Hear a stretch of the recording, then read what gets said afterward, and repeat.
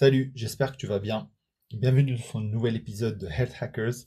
On va reprendre, ça fait quelques semaines qu'on n'a pas fait de podcast, mais on reprend bien avec quelques épisodes comme ça où je vous parle directement, donc en monologue, et avec des futurs épisodes aussi interviews, où j'interviewe des experts. Donc j'en ai déjà publié un où c'était une interview croisée avec Vanessa Meryl, ma mère. Je vous conseille d'aller écouter ça sur healthhackers.fr/épisode pluriel. Et dans les semaines prochaines, il y aura de nouvelles interviews qui vont arriver. Vous allez voir, ça va être super intéressant. Aujourd'hui, on va parler d'un sujet fascinant qui est le biohacking. Vous l'aurez remarqué, le site s'appelle healthhackers.fr et le podcast aussi. Avant, il s'appelait Beurre Épinard parce que j'étais super intéressé par l'alimentation low carb, donc faible en glucides. Mais aujourd'hui, je suis un peu moins, je suis un peu plus agnostique en termes alimentaires. En tout cas, moi, j'apprécie low carb, mais pour les autres, j'ai pas trop de préférence. En fait, ça dépend de la personne.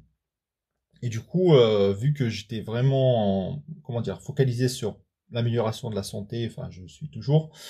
Et une discipline qui m'a beaucoup aidé dans ce sens, c'est le biohacking. Du coup, j'ai changé le nom du site en Health Hackers. Ne vous inquiétez pas si vous savez pas ce que c'est que le biohacking, je vais expliquer tout ça. Pourquoi j'en parle aujourd'hui du biohacking? Parce que Netflix a sorti une série il y a je crois 3 jours, un truc comme ça, qui s'appelle Biohackers. Du coup, j'étais obligé de réagir à ça parce qu'en fait, ça, je pense que ça met la lumière sur une discipline qui va devenir de plus en plus mainstream, donc généralisée et connue. Ça a commencé vraiment à beaucoup se développer, on va dire, les 5 dernières années, surtout aux États-Unis, beaucoup en Allemagne aussi, parce que cette série, ça se passe en Allemagne. Et en France, c'est pas encore le cas. D'ailleurs, si vous êtes intéressé par le biohacking, n'hésitez pas à me contacter, parce que j'aimerais bien créer des meet-up, des réunions, on va dire, toutes les trimestres, par exemple, à Paris ou ailleurs, hein, mais surtout à Paris, où on va voilà, se retrouver et discuter des différents biohacks ou du biohacking de manière générale pour améliorer sa santé. Et voilà, donc du coup, je cherche des personnes qui seraient intéressées par ça. Mais surtout, voilà, donc je voulais partager avec vous ma vision du biohacking, ce que je pense de cette série qui est plutôt sympa. Et j'espère que cette série va mettre la lumière sur ce sujet qui est vraiment intéressant, qui peut aider pas mal de monde, qui peut être aussi dangereux. Mais voilà, donc on va voir tout ça. Avant de vous parler de la série, je vais un peu définir le biohacking. J'ai écrit un article assez long sur Health Hackers, donc si vous allez sur healthhackers.fr non, healthhackers.fr tout court, et cherchez dans la barre de recherche biohacking, vous allez tomber sur mon article qui s'appelle Biohacking, le bien-être 2.0. En gros, le biohacking, c'est une discipline qui nous vient des États-Unis où en fait on combine, ou on essaie plutôt de contrôler les éléments de notre environnement, qu'ils soient extérieurs ou intérieurs, on va dire. Et l'objectif, c'est vraiment d'optimiser d'une part sa santé, son corps, son physique, sa santé mentale, son bien-être mental aussi, et son bien-être spirituel. C'est vraiment en fait très très général comme activité, on va dire, parce qu'en fait ça peut toucher à tous les facteurs. Donc quand je dis éléments de notre environnement, bah, ça peut être la lumière, l'air que l'on respire, les pensées, ça c'est un élément de l'environnement intérieur. La flore intestinale, par exemple, si c'est un élément de l'environnement intérieur. Donc en fait, en gros, influencer ces éléments, donc que ce soit les éléments extérieurs ou intérieurs, pour optimiser sa santé, sa biologie, son métabolisme, sa beauté, sa longévité, le bien-être mental et spirituel, on va dire. Donc c'est assez vague. Pourquoi en fait hacking le terme hacking se colle bien à ce sujet. Dave Asprey, donc c'est un Américain qui est très connu, du coup on l'appelle le père du biohacking, mais c'est un peu exagéré on va dire, parce que on a toujours été biohackers, les humains entre guillemets. Et en fait, il a mis le doigt sur un point intéressant qui est que en fait on pourra presque jamais comprendre totalement le fonctionnement de notre biologie et surtout pas aujourd'hui, en tout cas aujourd'hui, on ignore beaucoup plus que ce qu'on sait sur notre biologie. Donc du coup, c'est un peu vain d'essayer de tout contrôler avec le savoir, on va dire, c'est-à-dire savoir exactement ce qui se passe dans notre corps et et le maîtriser de manière générale. Donc en fait, c'est pour ça que le concept de hacking s'applique bien au corps humain et à la biologie, parce que on lui envoie des inputs, donc du coup une influence extérieure ou intérieure, comme par exemple la nourriture, et on regarde les résultats que ça nous donne. Donc du coup, est-ce que la santé s'améliore, est-ce que la santé se détériore, est-ce qu'on est ballonné, est-ce qu'on a des gaz, j'en sais rien. Enfin, plein d'éléments qu'on peut contrôler en fait, ou plutôt mesurer, et on prend ce qui nous intéresse et ce qui marche. Alors qu'on ne comprend pas spécialement ce qui s'est passé à l'intérieur et on ne comprend pas spécialement ce qui a marché. Et de manière générale, quand on fait du biohacking, en fait, on fait beaucoup de choses à la fois, parce que c'est impossible, enfin, dans une durée de vie normale, on va dire de 50, 60, 80 ans, de faire toutes les expériences qu'on aimerait faire. Donc du coup, en général, quand on essaie d'améliorer quelque chose, ben, on combine plein de choses qui vont dans le même sens, qui vont essayer d'améliorer un point en particulier de la santé. Et bah, parfois, on sait pas du tout qu'est-ce qui a marché en fait. Dans une précédente série de Netflix, c'est plutôt un documentaire.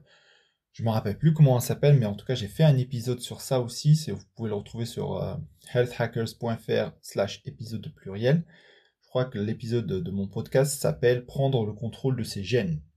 Et en fait, là, on voit plutôt un documentaire, on voit des biohackers, des vrais dans la vraie vie. On va dire la version extrême du biohacking qui est l'ingénierie génétique.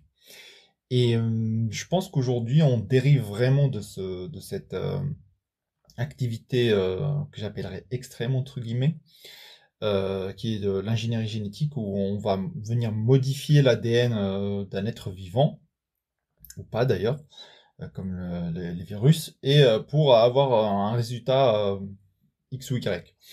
Et en fait, dans cette série, on va dire, on parle d'une frange un peu particulière de biohackers. C'est des gens qui prennent vraiment beaucoup de risques parce qu'aujourd'hui, en fait, on n'est pas au point où l'ingénierie génétique est plutôt pas dangereuse, on va dire. Elle n'est pas encore totalement maîtrisée. Donc, du coup, la majorité des biohackers ne font pas de l'ingénierie génétique. Déjà, d'une part, c'est parce que c'est pas donné à tout le monde d'avoir la connaissance de faire ça. Dans la série documentaire, d'ailleurs, on voit qu'en fait, n'importe qui peut acheter des kits de modification génétique qui contiennent CRISPR, mais pas n'importe qui peut faire quelque chose d'élaboré, comme par exemple rendre un chien fluorescent, qui est super compliqué. Et, mais par contre, rendre des bactéries fluorescentes, ça c'est assez simple et tout le monde peut le faire. Et d'ailleurs, là, c'est la nouvelle série de Netflix, Biohackers, commence par ça en fait. Et il commence directement par nous montrer des petites souris fluorescentes, des plantes fluorescentes, des bactéries fluorescentes. Et je pense que c'est pour attirer la curiosité des gens. Mais putain, se dire, ouais, mais on peut faire des trucs comme ça, modifier des êtres vivants pour qu'ils deviennent fluorescents. En fait, oui, on peut le faire depuis de très nombreuses années maintenant. Et même, enfin, monsieur lambda, monsieur tout le monde peut le faire aujourd'hui en commandant un kit CRISPR et transformer des bactéries normales en bactéries fluorescentes. Mais par contre, pour faire des choses plus évoluées, c'est d'une part plus compliqué, techniquement parlant, pour avoir beaucoup plus de connaissances et de pratiques, et d'autre part, c'est beaucoup plus dangereux, surtout quand on vient pour travailler directement sur le vivant, c'est-à-dire les personnes qui sont déjà vivantes et non pas sur des fœtus ou plutôt des cellules qui se répliquent, on va dire. Donc le premier point, on va dire, qui m'a pas surpris du tout parce que je pensais qu'ils allaient partir sur cet angle, c'est de montrer les biohackers comme des personnes qui font forcément de l'ingénierie génétique en fait, alors que c'est vraiment une très très petite minorité. Et on va dire c'est la minorité peut-être des scientifiques, c'est vraiment des scientifiques biohackers, il y en a, qui voilà, se permettent de prendre quelques risques avec la nature et de modifier génétiquement quelques trucs dans leur côté, dans leur laboratoire secret, privé ou j'en sais rien. Il y en a en France aussi. Je crois qu'il y a même un scientifique qui a développé une bactérie qui bouffe du plastoc. Et donc voilà, on peut faire des trucs vraiment marrants en changeant l'ADN de certaines choses. Je crois que c'était des bactéries aussi qui produisaient de l'encre pour faire des stylos infinis ou des trucs comme ça, je me rappelle plus. Bref, je crois que ça s'appelle la paillasse en France. Il y a une sorte de mouvement comme ça de biohackers qui s'est créé, mais il n'est pas du tout concentré sur le biohacking du corps humain et de la santé, mais plus de manière générale sur le biohacking et l'ingénierie génétique. Alors, ce que je pense de la série, moi je la trouve vraiment bien. J'ai regardé, enfin, je veux dire, en tant que série, j'ai regardé, je pense, 3 ou 4 épisodes et ça m'a bien distrait. Franchement, c'est sympa à regarder. Il y a 2 intrigues principales. Il y a une intrigue sur le long terme qui ressemble un peu à la série Jarod. Je sais pas si vous vous en rappelez, ça passait sur la 6. Pour ceux qui sont dans les années 80, ils doivent connaître. Et il y a une petite intrigue aussi plus court terme qui est vraiment intéressante. Et il y a un petit côté thriller sympa. Donc ça me donne envie de savoir ce qui se passe après. Donc le côté série est vraiment bien. Après le contenu pour ce qui est du biohacking, je trouve ça un peu comment dire caricatural bien sûr, parce que elle a des colocataires qui sont farfelus, qui font des trucs un peu n'importe comment, qui se mettent des puces un peu partout. En fait, ça combine plein de choses en fait, parce que il y a plein de mouvements comme ça. Il y a le biohacking, il y a le quantified self. Donc le quantified self, c'est les personnes qui mesurent tout dans leur corps. Il y a aussi comment on les appelle, les transhumanistes. C'est des gens voilà qui veulent dépasser notre condition d'humain, que ce soit avec on se combinant, on va dire, à la robotique ou bien carrément à l'informatique en combinant le cerveau avec l'informatique ou bien inversement, en combinant l'informatique avec le cerveau. Et donc en fait, j'ai l'impression que ça mélange un peu tout. Et ça parle pas du tout enfin en tout cas, je pense que c'est pas l'objectif de la série, c'est juste de distraire les gens. Ça parle pas du tout du côté santé du biohacking, mais uniquement du côté, on va dire, récréation et jeu, entre guillemets. Alors qu'en fait, la principale motivation des biohackers, c'est vraiment l'objectif de quasiment tout le monde. Et c'est comme ça que les gens viennent en général au biohacking, c'est parce qu'ils ont un problème de santé à régler. Et dans de très rares cas, parce qu'ils veulent vraiment vivre une vie optimale, c'est-à-dire être super en bonne santé et en forme en fait. C'est marrant parce que dans la série, on peut s'amuser à retrouver, on va dire, leurs sources, ou plutôt à avoir les exemples de biohack qui prennent de la vraie vie, entre guillemets. Par exemple, à un moment donné, elles se rendent dans une soirée où ils se mettent dans les yeux des petites gouttes d'un extrait de chlorophylle, en fait, pour voir dans le noir. Et là, ça, c'est, on va dire, inspiré d'un fait réel où je crois qu'il y a un mec qui s'est injecté carrément un extrait de chlorophylle dans les yeux pour pouvoir voir dans le noir.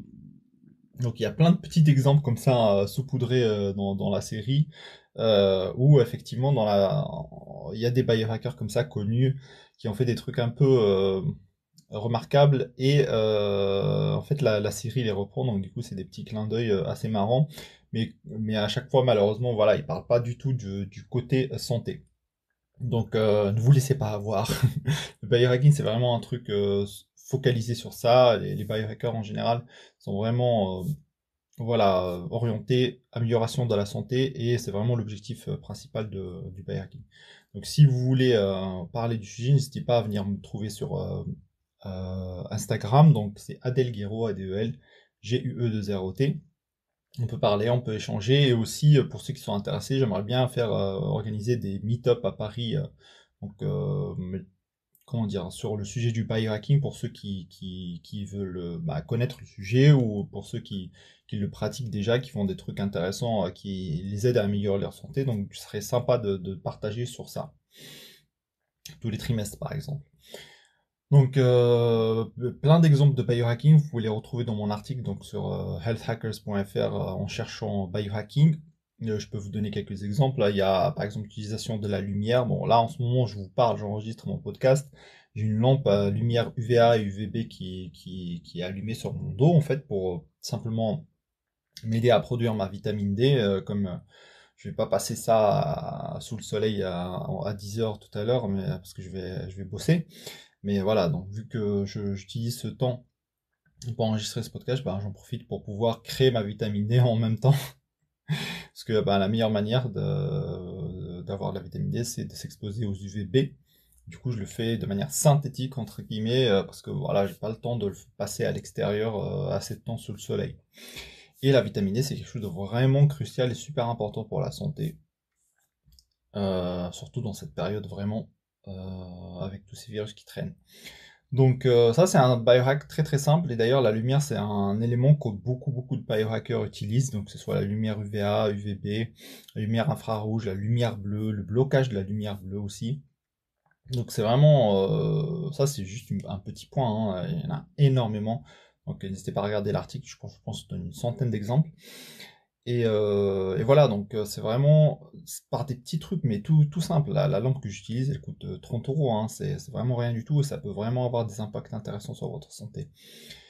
Et dans la série, ça fait croire que en fait, c'est un peu compliqué de faire du biohacking, faut être un scientifique farfelu ou quelqu'un de totalement taré pour le faire, alors que non, tu peux faire des hacks pour ta santé avec 10 euros et un truc vraiment safe qui va pas te tuer, quoi, mais plutôt améliorer ta santé. Voilà, donc j'espère que j'ai éveillé votre curiosité pour aller regarder cette série. N'hésitez pas, c'est vraiment sympa. Et à venir me parler du sujet du biohacking, que ce soit sur Instagram ou ailleurs, à m'envoyer un email, donc ça peut être aussi par email. Donc c'est adel@healthhackers.fr. Je vous dis à la semaine prochaine, merci pour votre attention. Si cet épisode t'a plu, n'hésite pas à me laisser une note sur iTunes, donc ça va bien m'aider à trouver de nouveaux auditeurs comme toi, parce que mon objectif c'est d'aider un maximum de personnes à améliorer leur santé. Merci pour ton attention et à la semaine prochaine.